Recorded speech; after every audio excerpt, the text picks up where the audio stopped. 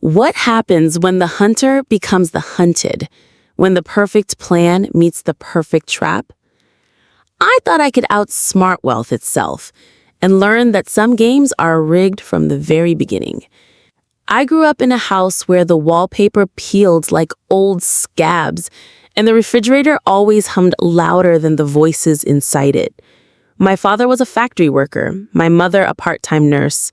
We weren't starving, but we were never comfortable either. Clothes were passed down, meals stretched thin, and birthdays meant one gift, if we were lucky. From an early age, I understood money wasn't just paper. It was freedom. It was safety. It was the difference between being the girl who had to decline a field trip because she couldn't afford it and the one who bought snacks for all her friends. I was tired of being on the wrong side of that divide. College didn't change much. While others experimented and explored, I calculated. I studied finance because I thought it would unlock doors, but instead it left me with debt and a bitter taste for a system that made promises it didn't keep. My classmates took internships at banks. I took double shifts at a diner, memorizing the taste of other people's privilege as I refilled their wine glasses. By the time I turned 28, my patience for building a life had evaporated. I didn't want to climb rung by rung on a rusty ladder, praying it wouldn't snap under me. I wanted the penthouse at the top. And if I couldn't get there honestly, I'd get there cleverly. That's when I saw him. It was at a bar I had no business being in. Too polished, too expensive, the kind of place where the cocktails had names I couldn't pronounce. My friend dragged me along, swearing it was good for networking. He walked in like he owned the place. Tall, broad-shouldered, his suit cut to perfection. The kind of man whose watch wasn't just jewelry, but a statement. People parted for him without realizing they were doing it. And when he laughed, deep, confident, careless, it carried across the room like a spotlight. I knew instantly. He was my shortcut. When he noticed me, I made sure to look unimpressed. Men like him thrived on attention, so denying it was bait. Sure enough, he was at my side within minutes, ordering a drink I couldn't afford, and telling a joke that wasn't particularly funny. I laughed anyway. Not too much. Just enough. His name was Daniel. He asked about my life and I edited it like a resume. Ambitious, hardworking, just looking for the right partner to share my journey. He smiled, clearly charmed. What I didn't tell him was that my journey had already been mapped. He was the destination. Over the next few weeks, Daniel poured his world into mine. Dinners at restaurants where the menus didn't list prices. Trips to places I'd only seen on postcards. Gifts that came wrapped in velvet boxes. I played the part of the grateful, supportive girlfriend, nodding at his business stories, laughing at his jokes, carefully planting the illusion that he was my anchor. But in my head, I kept tally. The car, the house, the accounts, the lifestyle. Every woman has her breaking point. Mine wasn't heartbreak. It was hunger. Hunger for everything I had been denied, for everything I believed I deserved. I didn't love him. I didn't even pretend to myself that I did. What I loved was the way the world bent around him, and by extension, around me. And so, when Daniel slipped a ring onto my finger one summer evening on a balcony overlooking the city skyline, I smiled through tears that weren't real. I said yes because that was always the plan. Marriage was the vault. Divorce was the key. I didn't know then that the vault was already locked, that Daniel wasn't the fool I thought he was. But at the time, I believed I was invincible. As I lay in bed that night staring at the diamond on my hand, one thought repeated like a mantra. This is it. No more peeling wallpaper. No more humming refrigerators. No more ladders. I finally found my shortcut. What I didn't realize was that shortcuts often lead to dead ends. The wedding was a dream. At least, that's what everyone kept saying. White roses lined the aisle, crystal chandeliers dripped from the ceiling, and the champagne never stopped flowing. I smiled for the cameras, kissed relatives I didn't know, and whispered thank you to guests who told me I was glowing. But inside, I wasn't glowing. I was calculating. Every handshake, every toast, every hug was another step toward the life I had promised myself. When Daniel slipped the ring on my finger in front of hundreds of people, I felt a strange thrill, not of love, but of victory. This is it. I made it. The house we moved into after the honeymoon was something out of a magazine. Marble floors, endless rooms, closets bigger than the apartment I grew up in. I remember walking through it that first night, running my hands along the polished walls, thinking, all of this will be mine one day. Daniel was generous to a fault. He bought me jewelry without me asking, took me on trips just because it was Tuesday, filled my world with things I never thought I'd touch. And I played my part perfectly, the doting wife, always grateful, always supportive. But even in paradise, I never forgot my plan. I began to plant little seeds, almost without meaning to. A complaint about him working too late, a sulk when he forgot a small detail, an argument about something trivial stretched out longer than it needed to be. Divorce, after all, needed a foundation. It had to look real, messy, unfixable. And yet, there was something about Daniel that made me uneasy. He never raised his voice, never lost his temper. Even when I tried to push him, to spark a fight, he remained calm. He would smile, almost sadly, and say, "You're right, Jenny, I'll do better." It should have made me happy. An obedient husband is every schemer's dream. But instead, it unsettled me. One night, after a particularly heated argument I staged over nothing, I stormed off to the guest room expecting him to follow, to beg, but he didn't. Hours later, when I crept back to peek, he was sitting at his desk, calmly reading, as if nothing had happened. He looked up, met my eyes, and said softly, "You should get some rest. Tomorrow's a big day." I froze. Tomorrow wasn't a big day. Not for me. But for him, it was the signing of some business contracts I'd overheard him discussing on the phone. How did he know I was listening? Why did it feel like he was reminding me of something I shouldn't know? It was the first time I felt a chill. Still, I brushed it off. Men like Daniel didn't suspect women like me. I was charming, attentive, careful. He had no reason to doubt me. Months passed, and I started secretly meeting with the lawyer.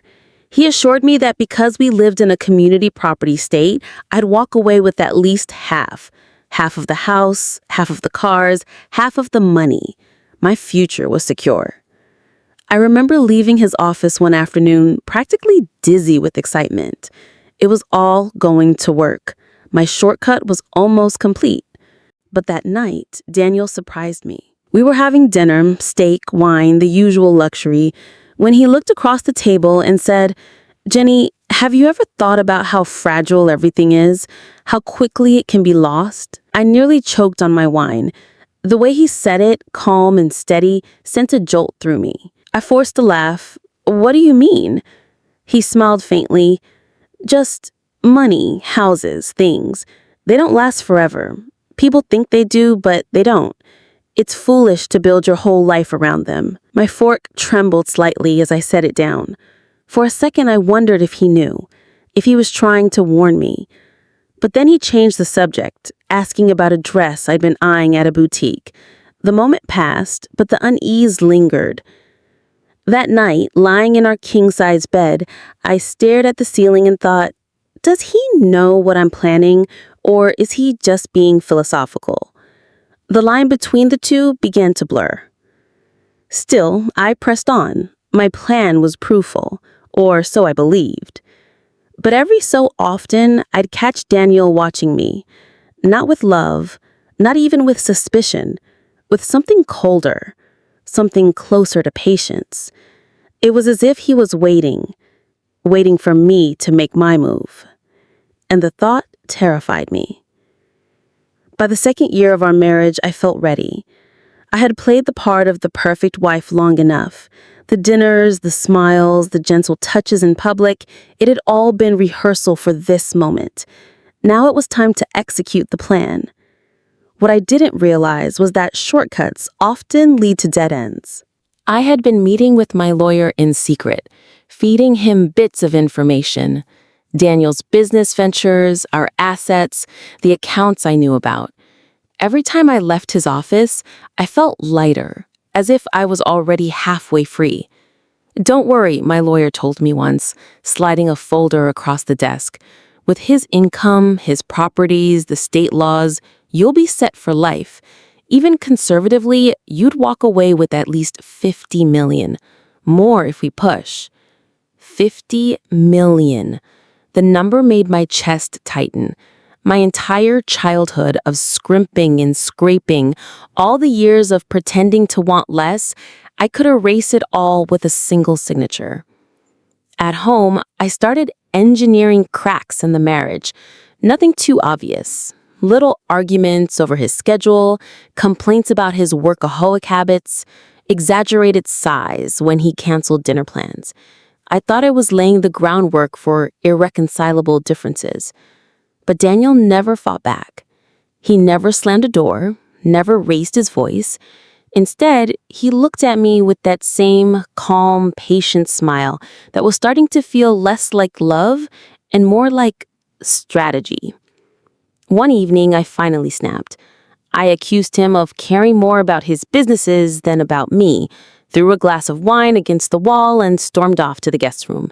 My heart pounded as I waited for him to come after me, to argue, to create the kind of drama I needed. But he never came. Hours later, I crept back expecting him to be asleep. Instead, he was at his desk, papers spread out before him, writing in that neat, deliberate handwriting of his. When he noticed me, he didn't look surprised. He didn't look angry. He just smiled and said, "Feeling better?" I mumbled something and went back to bed, but sleep didn't come. That smile, it wasn't forgiveness. It was something else, something that made my skin crawl. Still, I pressed forward. I began to distance myself from him emotionally, pretending to be weary of the marriage. I started making notes, keeping receipts, even saving text messages to use later. Everything felt like it was falling into place. Until one afternoon, I overheard something I wasn't supposed to. Daniel was on the phone in his study, his voice low but firm. "Yes, the trust is finalized. No, she doesn't know. She won't know until it's too late." I froze in the hallway, my pulse thundering in my ears. She doesn't know? Was he talking about me? I wanted to barge in, to demand answers, but instead I tiptoed back to our bedroom, my mind spinning. A trust? Finalized? What did that mean? That night at dinner, I watched him carefully. He was as calm as ever, cutting his steak with precision, asking about my day as if nothing was out of place. I smiled back, laughed at his small jokes, but inside, my thoughts were a storm. Did he know? Had he known all along? The next day I met my lawyer again, unable to keep the edge out of my voice. "You're sure there aren't protections, things I don't know about?" He frowned. "What kind of protections?" "Like trusts, prenups, anything that might keep me from what I deserve." He flipped through the documents we had gathered, shaking his head. "I don't see anything. If he had those in place, we'd know. You're safe." But I didn't feel safe. That night, as I lay beside Daniel, pretending to be asleep, I felt him reach over and brush my hair back from my face. It was a tender gesture, the kind of thing most women would melt for, but in that moment, it felt like a warning. Like he was saying, "I see you, Jenny. I've always seen you." I squeezed my eyes shut and kept my breathing even until he turned away. The next morning, I doubled down. I told myself I was being paranoid. He couldn't possibly know. I had been too careful, too precise.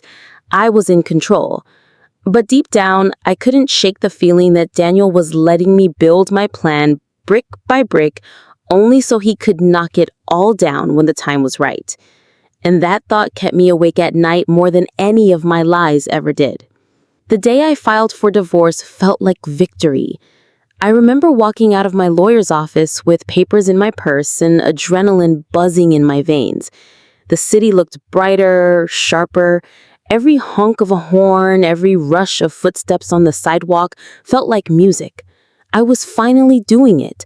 The shortcut I had dreamed about since I was a girl in hand-me-down shoes was finally mine. In a few months, I told myself I'd be free. Free from Daniel, free with millions.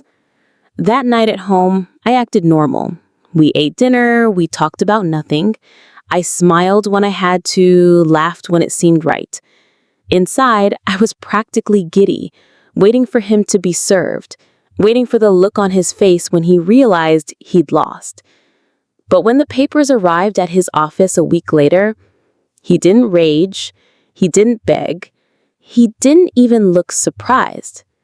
He simply nodded, signed for the envelope, and went back to his meeting. When I heard this from my lawyer, I felt a flicker of unease. Why isn't he fighting? A few days later, we sat across from each other in a courtroom. I had dressed carefully in a sleek black dress that said confident, but not cold. My lawyer sat beside me, whispering reassurance. We've got this. You're about to walk away with everything. Daniel entered calm as ever, wearing that same tailored suit from the night I first saw him. His lawyer carried a thick folder of documents. The judge began the formalities. My lawyer laid out our case, the marriage, the assets, the state laws. He spoke about community property, about fairness. I leaned back, already picturing my new life. Then Daniel's lawyer stood. Your Honor, before we proceed, there are documents that must be considered. My stomach tightened as the lawyer placed the folder on the judge's desk. The judge flipped through it, frowning slightly, then looked at me. Mrs. Gold, are you aware you signed a prenuptial agreement prior to your marriage? For a moment, I couldn't breathe. My lawyer leaned forward, confused. That's impossible. My client insists she never signed a prenup. The judge turned the page and held it up. Her signature is right here. I stared at the paper, my own handwriting looping across the bottom in neat black ink. My heart hammered against my ribs. I didn't remember this. I wouldn't have signed this, but there it was. Clear as day. My lawyer sputtered. Your Honor, we need to verify authenticity. Daniel's lawyer slid another document across the desk. It's been verified, witnessed, notarized. The judge nodded. It's binding. I felt the blood drain from my face. But it didn't stop there. Daniel's lawyer continued, producing another stack of papers.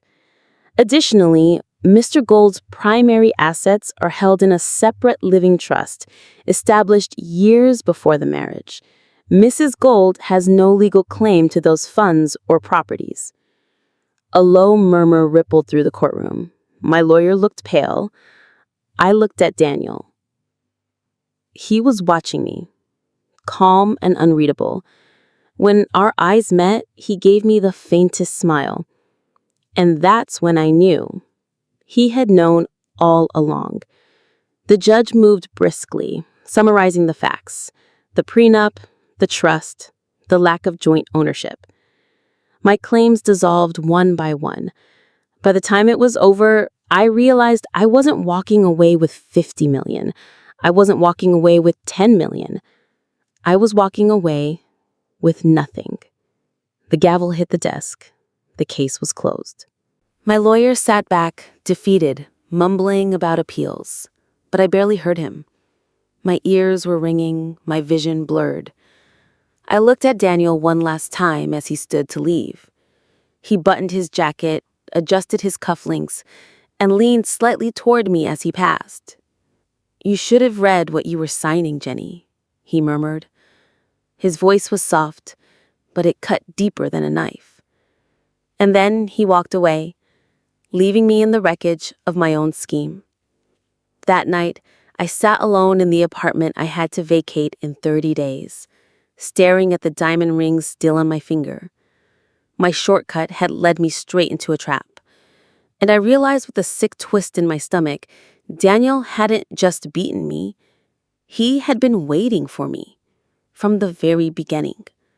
Losing the case was only the beginning. At first, I told myself I could recover. I still had friends, charm, connections. Someone else would scoop me up. There were other wealthy men in the city, widowers, CEOs, men who wouldn't ask too many questions. But the whispers started before the ink was dry on the divorce papers. She only married him for the money. She tried to take him for everything. He played her like a fool. I couldn't escape it. At dinners, I caught the sideways glances. At brunches, the sudden silences when I entered the room. People I thought were allies began drifting away. Their smiles brittle, their invitations lost in the mail. The worst part? Daniel never spoke a word against me. He didn't have to. The story spread like wildfire without his help. One night, I tried to go to a charity gala, the same kind of event where I had first spotted him. My gown shimmered, my hair was flawless, but the moment I stepped into the hall, the energy shifted. Women whispered behind jeweled hands. Men looked me over with smirks instead of interest. I left before dessert was served, humiliated. Back at the empty apartment, I poured myself a glass of wine, then another and another. The silence pressed in on me, heavy, mocking. Without Daniel, without the mansion, without the safety net, who was I?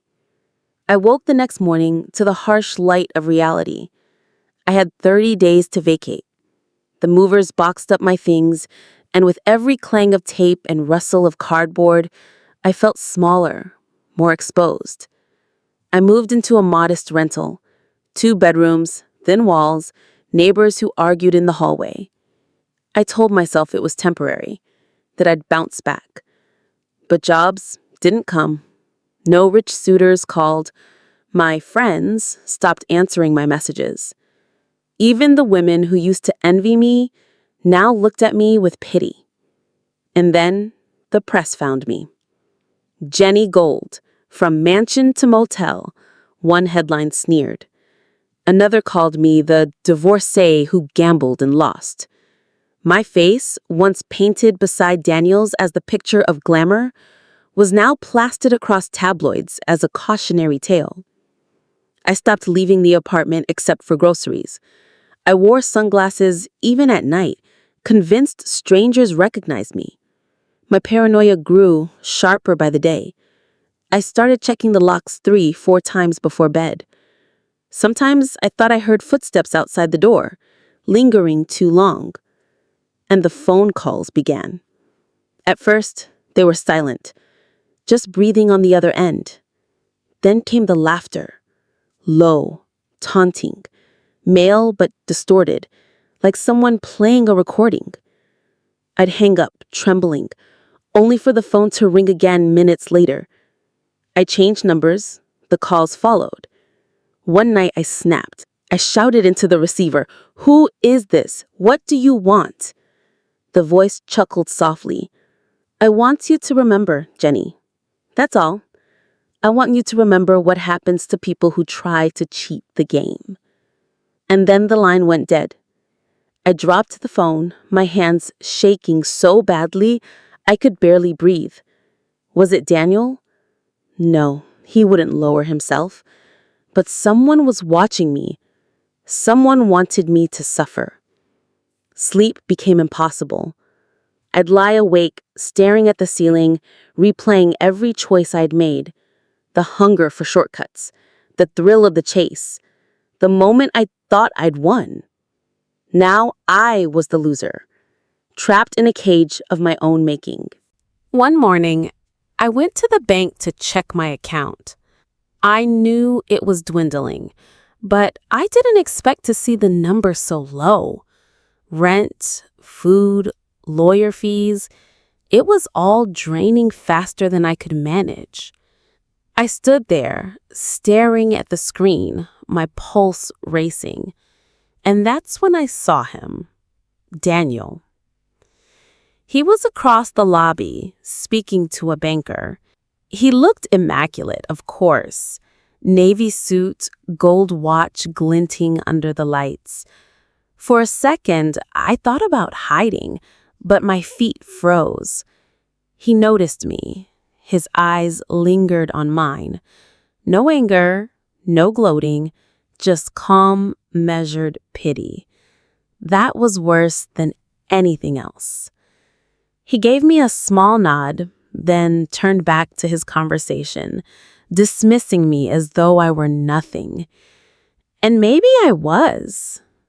That night, I poured another glass of wine and sat by the window, staring out at the city lights. My reflection in the glass looked hollow, the sparkle in my eyes gone. I thought of the girl I had been, young, hungry, desperate for more. She thought she was clever. She thought she could outplay the world. Now, she was just me, alone, broken, watching her empire crumble into dust. And yet, even as despair pressed down on me, a new thought crept in, darker, sharper. What if I wasn't done? What if Daniel thought he had beaten me, but I still had one more move left? The idea burned in my mind, dangerous and electric. For the first time in weeks, I smiled. The fall wasn't the end. Not if I could claw my way back. Not if I could turn the game around. I told myself I was finished with Daniel, but the truth gnawed at me like a parasite. He walked away untouched, unscathed, still rich, still admired. And me? I was the joke, the punchline at every cocktail party. No, that wasn't going to be the ending of my story. I began small, watching him. I knew his routines. The private gym, the Friday lunches at the downtown club, the penthouse meetings. He wasn't careless, but he wasn't invisible either. Wealth has a way of making men predictable. I told myself it wasn't obsession. It was strategy. One evening, I waited outside his office tower. I wore a scarf pulled low and oversized sunglasses, blending with the city crowd. I watched as he stepped out with two men in tailored suits. They laughed together, confident, untouchable. And then I saw her, a woman at his side, young, elegant. She touched his arm like she'd done it 100 times. My stomach turned. So he'd replaced me already, just like that. But the sight didn't break me. It ignited me. Rage sharpened into resolve. If he could move on so easily, then he had underestimated me. The next morning, I started digging. I still had connections, not friends anymore, but people who owed me favors. I found whispers about his business deals, rumors of shell companies and risky investments hidden behind layers of paperwork. If I could expose him, if I could drag him into the light, maybe I could take back the power he'd stolen. For weeks, I worked like a woman possessed. Days blurred into nights as I scoured documents, bribed clerks, charmed bartenders who'd overheard too much. I kept notes, lists, timelines. Every lead felt like a thread, and I was weaving a noose. Finally, I struck gold. A shaky investment in a biotech startup. Billions promised, but still in trial phases. Risky as fire. If it failed, his empire would take a hit. A big one. I planned my move. Anonymous tips to journalists. Strategic leaks. If I couldn't have his fortune, I could at least see it burn. The night before I set it in motion, I couldn't sleep. My heart pounded with excitement, fear, anticipation. I poured wine but barely touched it. I imagined his face when he realized what I'd done. But somewhere, deep inside, a whisper nagged. What if he already knows? The next morning, I acted anyway. I sent the files, waited for the storm, and it came. Headlines exploded within days. His name tangled with words like fraud, collapse, reckless gamble. I laughed. Actually laughed for the first time in months. It felt good. Too good. Until the phone rang. I answered, expecting silence, maybe more mocking laughter. Instead, it was him. "Jenny," Daniel said. His voice calm, steady, almost amused. "I was wondering when you try." My blood ran cold. Try what? You think you uncovered something, but tell me, did you ever ask yourself how easy it was to find? The room tilted. My notes, my files, the late nights. Had he left it all there on purpose? Why? I whispered.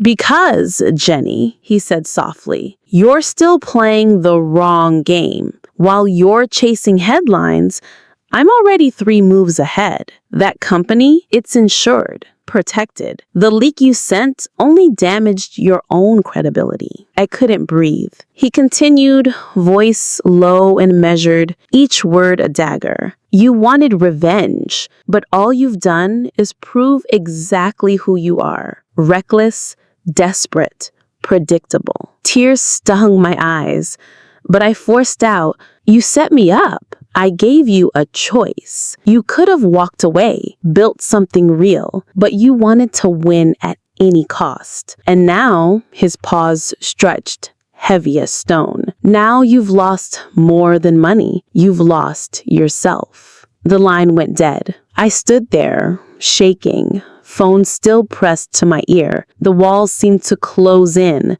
My grand plan, my last hope, nothing but another trap I'd walked into.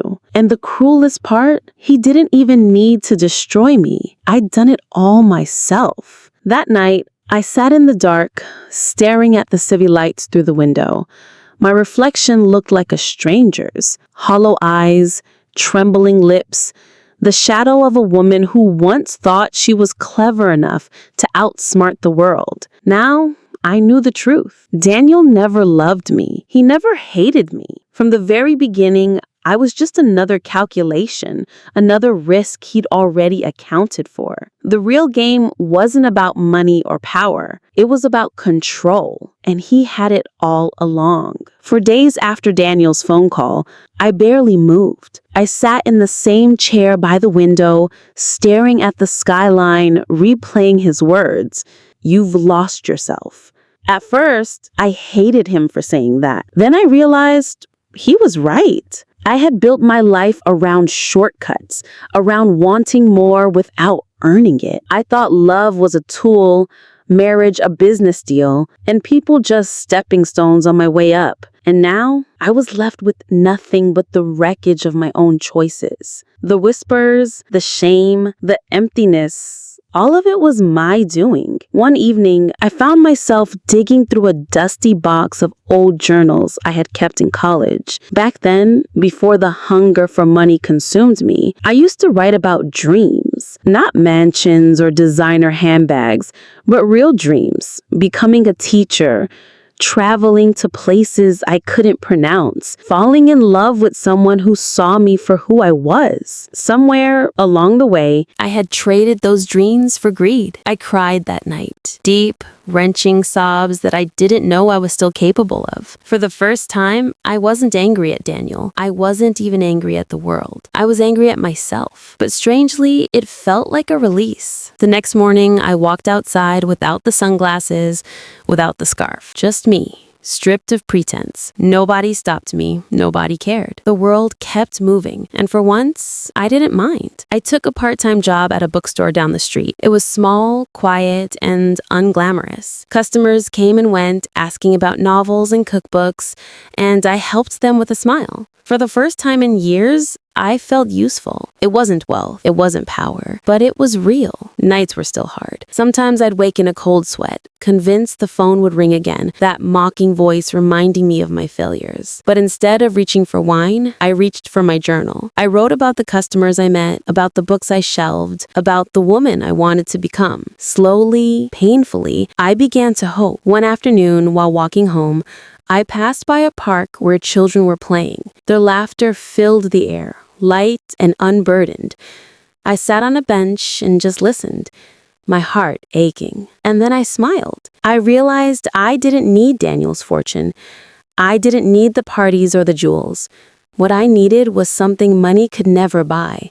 Peace, purpose, forgiveness. Forgiveness from myself. I don't know if Daniel ever thinks about me anymore. Maybe I was just a footnote in his carefully planned life. But in a strange way, I'm grateful. Without him, I might never have seen myself so clearly. I may never get back what I lost, but I've gained something different. The chance to start over, one step at a time. As I sit here writing, the city lights glow outside my window, the same as before. But tonight, they don't mock me. They remind me that life goes on, that second chances are possible, if you're willing to fight for them the right way. I don't know where my story ends. Maybe I'll fall in love again. Maybe I won't. Maybe I'll find success. Maybe I'll live simply. But I do know this. The gold I once chased so desperately wasn't worth the price. Now, I'm learning to live without it. And for the first time in a long time, that feels like winning. If you enjoyed this story, please hit that subscribe button and ring the notification bell. Your support means the world to me and helps me bring you more amazing stories like this one.